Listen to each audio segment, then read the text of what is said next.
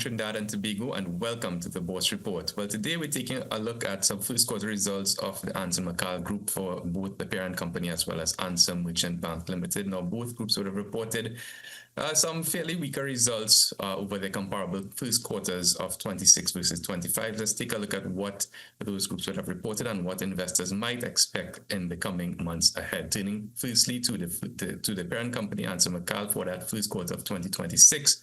Total earnings per share was reported at 30 cents, which was a 3.2% decrease from that 31 cents reported in the prior comparable period of the first quarter of 2025. However, earnings from continuing operations did increase a very impressive 15.4% from 26 cents in that prior comparable quarter to that 30 cents. Of course, that the difference or the variation attributable to some non-recurring gains which would have taken place in that first quarter of 2025, no longer recurring in 2026. Now, revenues were up just about 5.7% from 1.75 billion to just about 1.85 billion. Operating profits, however, are fairly flat at around that $136 to $137 million mark.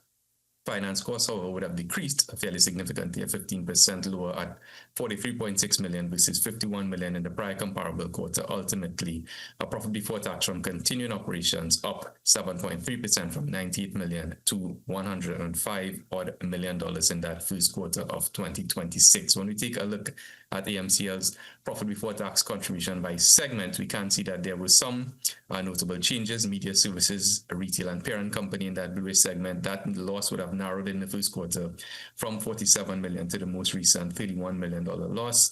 There was a roughly 18% improvement in profit before tax or PBT from the construction, manufacturing, packaging and brewing segment. That's a mouthful, from 79 million to 93 million over those comparable first quarters.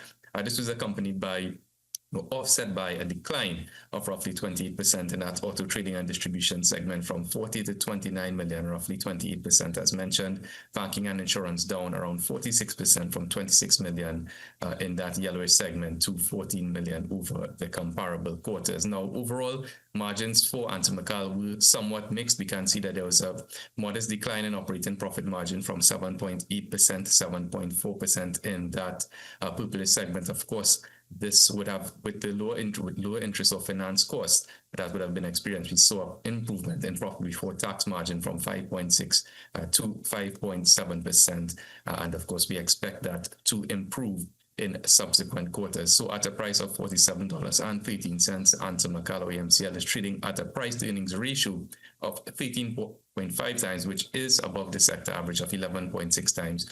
Currently offering investors no dividend yield. Of course, the group, in the pursuit of its 2X strategy, would have suspended temporarily dividends between 2025 to 2027. The group would have recently affirmed or reaffirmed its intention to resume dividends after that period.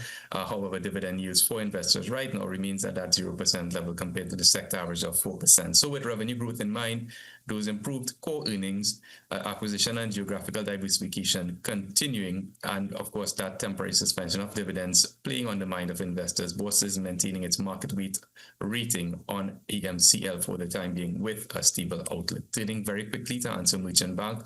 Well, for its first quarter of 2026, the group would have reported an earnings per share figure of 9 cents, which was a 69% decline from the 29 cents per share recorded in the prior comparable period of 2025. Net operating incomes declined 4.5% from 114 million to just about 109 million. Total expenses, however, did increase 8.1% from 89 million to just about 96.4 million. Operating profits ultimately decreasing that 49.5% from just about $25 million to $12.5 million in that first quarter of 2026. Profit attributable to equity holders down at 69% from 24.6 million to just about $7.5 million. Now, when we take a look at Ansa Merchant's PBT by segment contribution before eliminations, well, it has traditionally been somewhat of a choppy first quarter story for AMBL.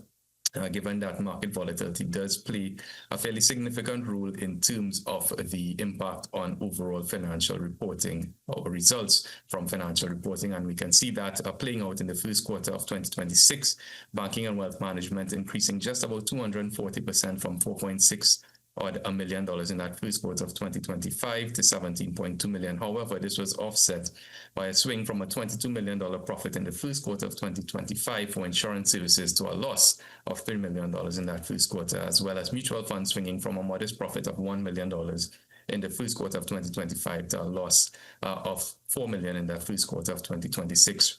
This was reportedly attributable to a significant mark-to-market volatility and unrealized fair value losses, which would have taken place in the first quarter. The good news is that markets appear to have stabilized, certainly at the international level, as well as there has been some modest improvement at the local level. So we do anticipate some degree of improvement or recovery at the very least in subsequent quarters. On a trailing earnings per share basis for AMBL, despite that somewhat weak first quarter performance, we can see on a trailing 12-month basis that the AMBL trailing earnings per share has improved over subsequent periods. In the prior comparable period, it was just about $1.73. It's now $2.63, and that has resulted in Ansa Merchant Bank's price-to-earnings ratio on a trailing basis falling to a relatively attractive 10.8 times. So at that price of $20.33, again, the stock is trading at a price-to-earnings ratio of 10.8 times, which is slightly below the sector average of 11.4 times and offers investors a dividend yield of about 3.5%, which is slightly below that sector average of 4.7%. To AMBL's credit, it has been one of the most predictable stocks in terms of paying out a dividend religiously and at a fairly stable level. So with that low operating income in mind, high operating and taxation expenses, of course, on the cards as well, and relatively fair valuations, Bourse is maintaining its market rate rating on AMBL for the time being with a stable outlook. Well, that's it for this week's edition. For more information, you can give us a call at 2BORSE or 226-8773. Email us at info@borsefinancial.com. And of course, you can check out our website, borseinvestment.com, where all of our research is absolutely free. And you can, of course, catch this article in today's business section of the Trinidad and Tobago Guardian newspaper. So until next time, stay safe, happy investing, and we'll see you again on the Bourse Report.